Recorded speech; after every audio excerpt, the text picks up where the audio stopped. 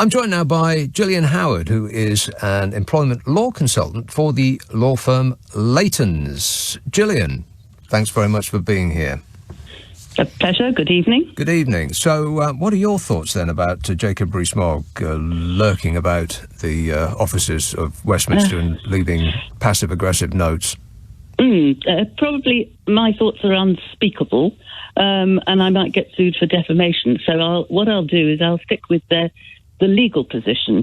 So the legal position is quite tricky, actually, because in every employee's contract, there will be an express term that states where their place of work is. And that is normally either a head office or a branch office. But of course, there are implied terms. One of them is that the employer has to act reasonably in enforcing the express terms of the contract. And in addition, there are statutory rights for employees to request flexible working. And that would include requests to work from home, at least for part of the working week. As you've quite rightly said, working from home was the norm during the pandemic. Employers have found that actually, in most cases, it works reasonably well or very well. And all this nonsense about extra layers of bureaucracy is nonsense, because we do have new technology. We have Zoom meetings, we have WhatsApp, we have telephone calls, just as easy to correspond and communicate with your fellow staff than being in the office. So that side of Mr. Rees-Mogg's statement is complete and utter nonsense. The statutory right is to request flexible working, so there's no absolute right for an employee to require to work, let's say, from home, but their request has to be reasonably considered by the employer. Guess is... Sorry, go on. No, go ahead, I was just going to say, my guess is that employment tribunals are likely to view an employer who refuses point blank to consider any form of hybrid working, that is, working some days in the office and some days at home, as being utterly unreasonable. Right. Do you think that part of the problem is that this might have, without COVID, have been a change that took place over maybe 10 years, perhaps 20 years, and in 20 years' time we would find that people aren't doing the 5-day commute and have learned to do their job quite reasonably well at home? The difficulty is employers haven't had time to sort of get used to this idea that they can't poke their head out of their offices and see their workers, hard at it. It's happened too quickly. Is that part of the problem? I mean, it's an interesting theory, but I don't actually think that is the case. I think employers have had quite a long time during which there has been this statutory right to request flexible working, that is, to request working from home. Women who've had babies and have finished their maternity leave have had a right to request working from home at least part of the working week, if not the whole of the working week. I think that employers still have this sort of old-fashioned view that you have to be in the office working 5 days a week. It's fixed in a lot of employers' minds, and they haven't really got their heads around the fact that flexible working has been here and is here to stay. And they're going to have to just change their idea of the model of working and the workplace. It's sort of odd that a government minister would be desperately trying to get people to come back to use their cars, use the train, use the bus, to have to rent out or own vast commercial properties in high rent and expensive areas. Nothing about it, if we were starting from scratch, nothing about it makes sense. You wouldn't design a system where almost the entire country leaves their home and then goes to a packed central urban area and then 8 hours later does the reverse and goes back again. I mean, if we were looking at it from space, it would look like madness.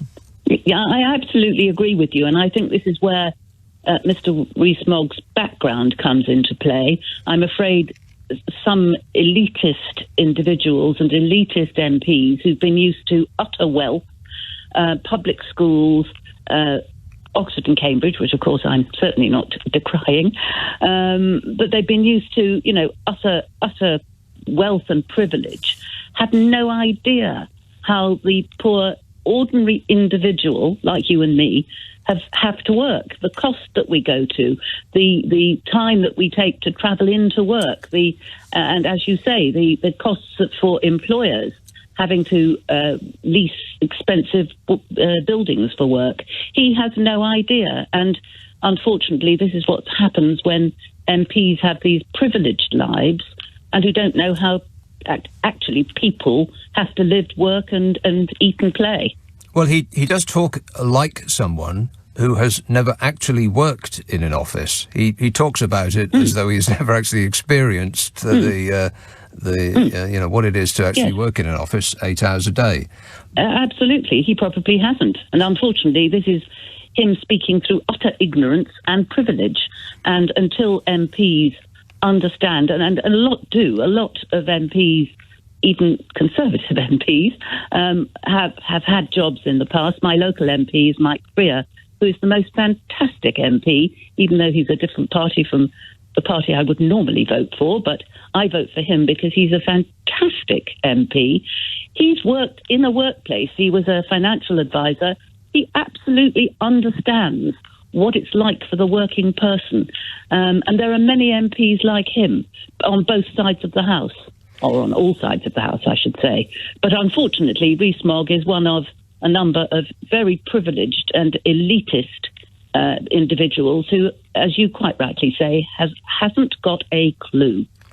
It is interesting that he is, as you say, very privileged and elitist, and yet he does command the support of of some of the poorest people in the land. Weirdly, that's the sort of cap-doffing mentality that has been ingrained into the British people. He does, however, speak on behalf of, or perhaps he sort of puts a megaphone to the voice of the people that have to go to work because they don't work in an office, they work in a factory, or they drive a bus, or they don't have that sort of middle class clean fingernail job that we are talking about now.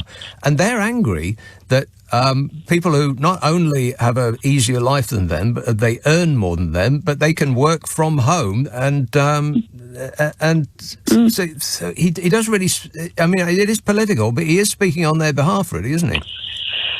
Well, I don't know if he is speaking on their behalf, but you are absolutely right. There are staff such as sales representatives, engineers, plumbers, health visitors, cleaners, care workers, shop staff.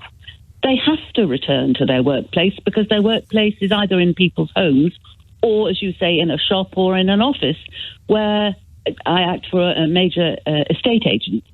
And their staff have to come to work because they have to be available to show potential purchasers and tenants their prospective properties. So for those sorts of staff, of course, they have to go to their workplace, wherever that is. That does not give Mr. Rees-Mogg, or unfortunately anybody in that those categories, any right to be jealous of those who don't necessarily have to go to a particular workplace. And I don't believe, actually, that the staff who have workplaces they have to go to are jealous of office workers. I don't believe he is speaking on behalf of those people at all. I think he's just sounding off, as unfortunately he has been in the habit of sounding off, ignorant and uninformed, I would suggest.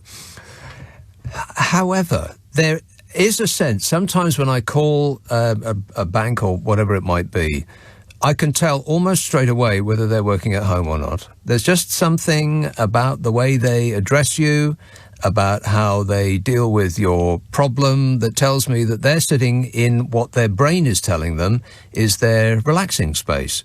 They're not sitting bolt upright. They're not feeling that they have to perform because there's a room full of people who may overhear them. They're sitting in their kitchen or their living room, which is where they ease down of an evening, so that they're not really on it. Is there anything in that? Well, I have to say that might be your experience. It certainly isn't mine, because whenever I have phoned, for example, the Sky Television, representatives, or the Apple Care, or any of the utilities, and the staff do say, yeah, we're actually working from home, but they are professional, they're polite, they are equally as professional as if they were in a call centre, which is where they would probably be anyway. I think you've had a bad experience if you've had one or two of those phone calls where you haven't found that the person is as professional and as focused as they should be. But I have to say that is not my experience. There are some politicians who are blaming working from home on the lag getting a new driving licence or a new passport and the refugee response and so on. Is there anything in that? Well, I mean, excuses can be made. But, clearly, if you are a sales representative and you're required to have a clean and current driving licence, and your driving licence hasn't arrived, you can't do your job. But I have to say, I think those are just lame excuses that certain, perhaps MPs, are putting forward. I don't think that is any form of an excuse for some staff saying we can't return to work because of this, that and the other. I think most employees are decent, hard-working, diligent and conscientious, and they like their employer, they like their workplace, and they want to cooperate. You do have the odd lazy so-and-so who, tries to duck and dive, but that they are the exception. And I have to say that, in my over 40 years of acting for both employer and employees, that kind of employee is a rarity. Most employees are hardworking, conscientious, and are cooperative, and they like their work. And you can understand an employer would want to check that they are actually working as they might in the office. Do you have an opinion on these on this spy software that an employer can put on an employee's computer to just check whether they're working as hard as they might be? I think that is a very dangerous route for them to take. Of course, what an employer can do, quite legitimately, is check that they've logged on and logged off. I know employers, clients of mine, who have said to their staff who are working from home for either health reasons or after a lady has had a baby and she's asked to work from home, that, once a week they have to report what work they've done, so that there are ways of reviewing whether someone is actually working when they should, or doing the work that they should be doing, not necessarily during the set working hours, because the advantage of working from home is that if your child is ill or your child needs to be picked up from school or they're at their sports day, you can go and you can do your work in the evening when your children are put to bed. So, in fact, there's much more flexibility quite often when people are working from home. The spy in the computer is an appalling way of checking on staff. There are perfectly legitimate ways, as I had explained, of checking that people are doing their work at the appropriate time and doing it properly. And if somebody hasn't been in their office for a little while and they come back and they find a creepy note pinned to their desk from a man who says, "Sorry, I missed you, you weren't here," what should they do about that? Well, my view is they should tear it up and think what an absolute fool has written such a note. If they are really upset by it, they should show it to their boss, their line manager, and ask whoever wrote the note not to do it again, because it could be a rather frightening and intimidating way of communicating to somebody. I would find it an absolute laugh and tear it up and chuck it in the bin. But then I'm perhaps more forceful than others, and I'm not employed. In fact, I'm probably unemployable, to be quite honest. All right, thanks for that, Gillian. Gillian Howard, an employment law consultant for the law firm Laytons.